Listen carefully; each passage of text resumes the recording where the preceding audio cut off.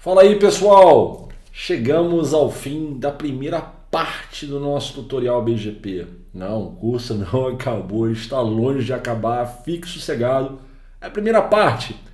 E aqui eu trago à tona recomendações para você que está se preparando para um exame de certificação da Cisco, no caso CCNP, onde essa matéria é coberta, e até mesmo para, pensando em Cisco aqui, em qualquer exame de certificação onde esses conhecimentos sejam cobrados. Mas focando aqui no CCNP, o que é necessário você revisar, tanto teoricamente, o que é, para que serve, como funciona, seus componentes, seus pacotes, mensagens, seus FSMs, né, o Finite State Machines, seus atributos, métricas, procedimentos de seleção de melhor caminho. Aí você começa a desmembrar todo o fundamento apresentado até agora e entra também na área de configuração, planejamento, configuração, verificação e suporte. Se bem que suporte e verificação, fizemos um pouco de verificação, obviamente, mas suporte ainda será coberto com mais detalhes posteriormente, obviamente. Então,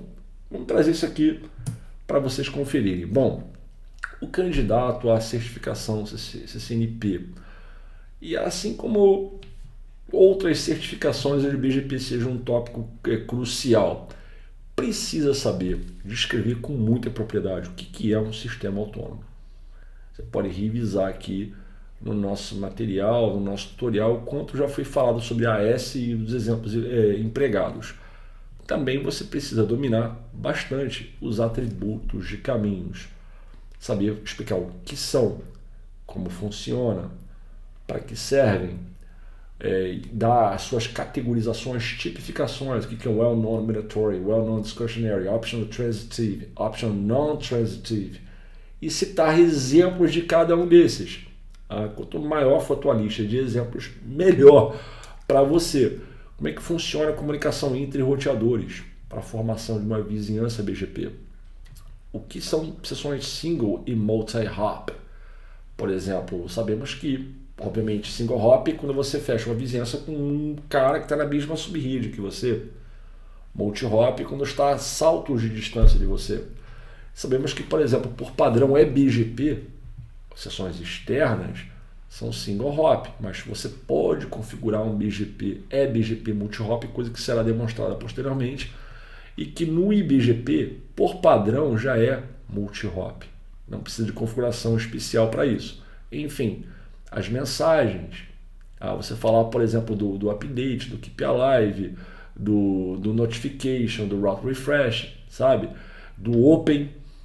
Então são as mensagens do BGP, quais são os tipos, as mensagens, o que cada uma dessas mensagens se preocupa em fazer. Tem que tomar conta disso aí, dos estados de vizinhança, do idle, do connect, do active, do connect, né, do open sent, open confirmed e ultimamente o established.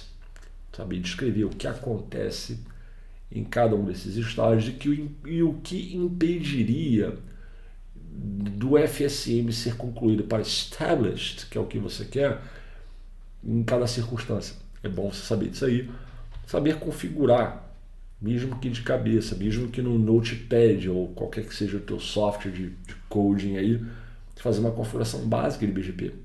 E, principalmente no router, né, definir as configurações básicas, verificar se uma sessão está AP, se está trocando o prefixo, está trocando um rota, se está tudo certinho. É importante você dominar isso aqui também. Identificar os campos do comando BGP Summary. O que é isso, o que é aquilo, o que é isso, o que é aquilo é importante. Assim como as tabelas, né? A DJ-RIB-IN, a DJ-RIB-OUT e a LockRib, saber escrever, além da tabela de roteamento IP. E aqui você já pega até a parte fundamental, o que é uma distância administrativa, o que é uma métrica, e uma interface de saída, e tudo aquilo que está associado a essa ideia. A parte da checagem de validade do prefixo e a consequente instalação do prefixo na LockRib e também na tabela de roteamento são duas coisas diferentes. O fato de uma rota ser best não quer dizer que ela vai parar na tabela de roteamento. Então, como é que, dentro do que foi explicado até agora, como é que isso funciona? O processamento da tabela BGP, como é que você verifica todos os caminhos né, atributos de caminhos associados a uma rota, enfim, a parte, e como é que você visualiza aqui, ó, principalmente como é que você visualiza isso na tabela BGP. Aí você vai dar, por exemplo, show BGP para IPv4 Unicast, aí sabe identificar os campos ali, código de status, código de origem, o NLRI, se uma rota é best ou não é best, e dali puxar também os detalhes de um NLRI específico, assim como você verificar a DJ RIB-out, ou seja, quais são as rotas que de fato estou anunciando para o meu vizinho, usando o advertise routes lá no comando show BGP neighbors. Os tipos de sessão, aqui temos IBGP e EBGP, não são apenas nomes, como já foi provado, há diferenças ali que você precisa compreender, explicar, dissertar por que nós precisamos de full mesh nas sessões IBGP num sistema autônomo, onde isso é exigido, obviamente, ter o roteador rodando BGP, mas tem que ter full mesh. Os peerings pelas interfaces loopback, por que isso é necessário? Por que eu não fecho as minhas vizinhanças BGP no meu AS usando o IP da interface física? Que vai funcionar, mas por que não é recomendado? Por que normalmente fazemos isso pelas interfaces loopback? Explicar as vizinhanças é BGP, não somente explicar, mas também configurar, obviamente. Tem outras coisas aqui. Exemplificar topologias, onde há sessões IBGP e EBGP. Por que nós precisamos manipular o atributo NextHop? Por aqueles 3 métodos que eu demonstrei, comentei, demonstrei. Um deles o NextHop Self, o outro colocar a interface externa no teu IGP como passiva e a terceira redistribuir para o teu IGP. Para que isso é necessário? E como é que isso é feito? O que são refletores de rotas? Do que vivem? O que comem? Hoje no Globo Repórter. Não, na verdade você tem que ter por que eu preciso de rota reflector. Se é que você vai precisar de acordo com o teu projeto, mas você tem que saber explicar o que é, para que serve, como funciona, aquelas 3 regras, tem que saber explicar bem, obviamente. Então aqui as rules, aqui as regras, e como é que configura. Idem com relação às confederações, que são outro mecanismo. As confederações são parte de um conceito, de um mecanismo que visa eliminar a necessidade por vizinhanças IBGP em caráter full mesh. Como é que funciona? Aí os atributos opcionais não transitivos que são envolvidos, aquela coisa toda, enfim, isso tem que ser tratado. A sumarização do IPv6 que foi falada há pouco, em 2 vídeos aí anteriores. Como é que você anuncia prefixo IPv6 sobre vizinhança IPv4, entre muitas coisas que foram discutidas até o momento nesse tutorial BGP. Mas não para por aí, temos ainda as AFs e SAFs. O que são AF/SAF aqui? O que são, o que significam, qual que é a AF e a SAF de IPv4 Unicast, IPv6 Unicast e de outros exemplos que eu citei aqui.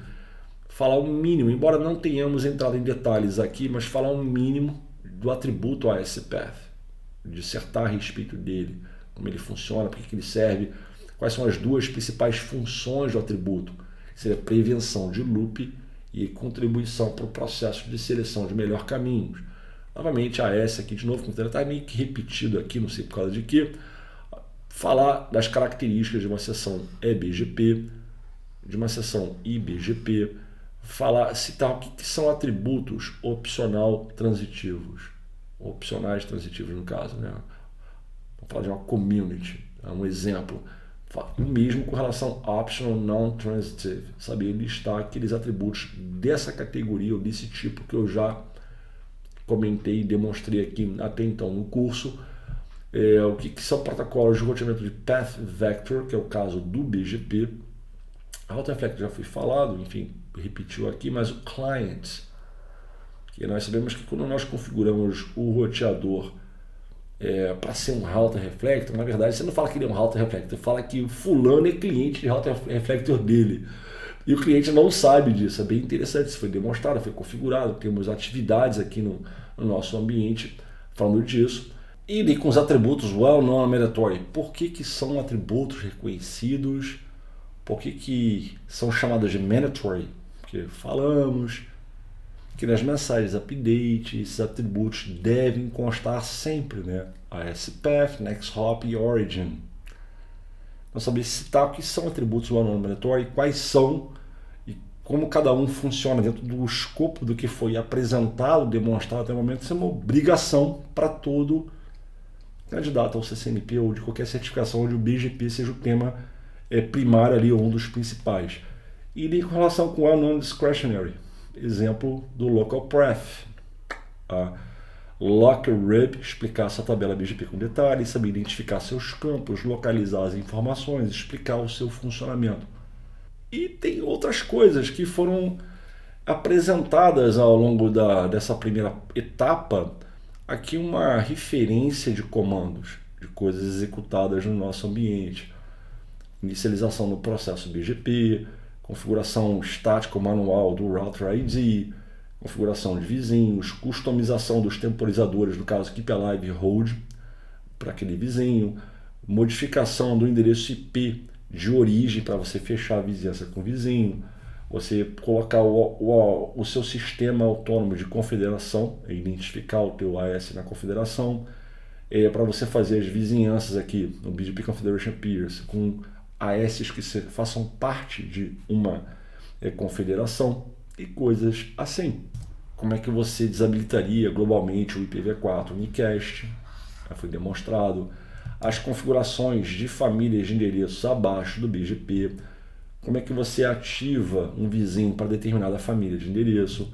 Como é que você gera uma anúncio? Tem várias opções aqui, tá? Não é só isso não. Inclusive um modelo bem interessante é você vincular route maps aqui para você já modificar características dos anúncios que você gera, assim como produzir outros cenários, anúncio condicional de prefixos no BGP. Modificação do atributo NextHop, inclusive para prefixos aprendidos por sessões IBGP. A configuração de Route Reflector Client, que você faz lá no Route Reflector. E muita coisa que foi demonstrada tanto na parte teórica quanto no meu ambiente. Aqui é como nós vemos a LocRib, ou seja, show BGP, a família de endereço, a FSAF. E se você suprimir aqui, ele vai pegar por padrão IPv4 unicast, sabemos disso aqui, ou bota IPv6 unicast. Você pode pegar uma rede específica e ter o detalhamento dela na LocRib.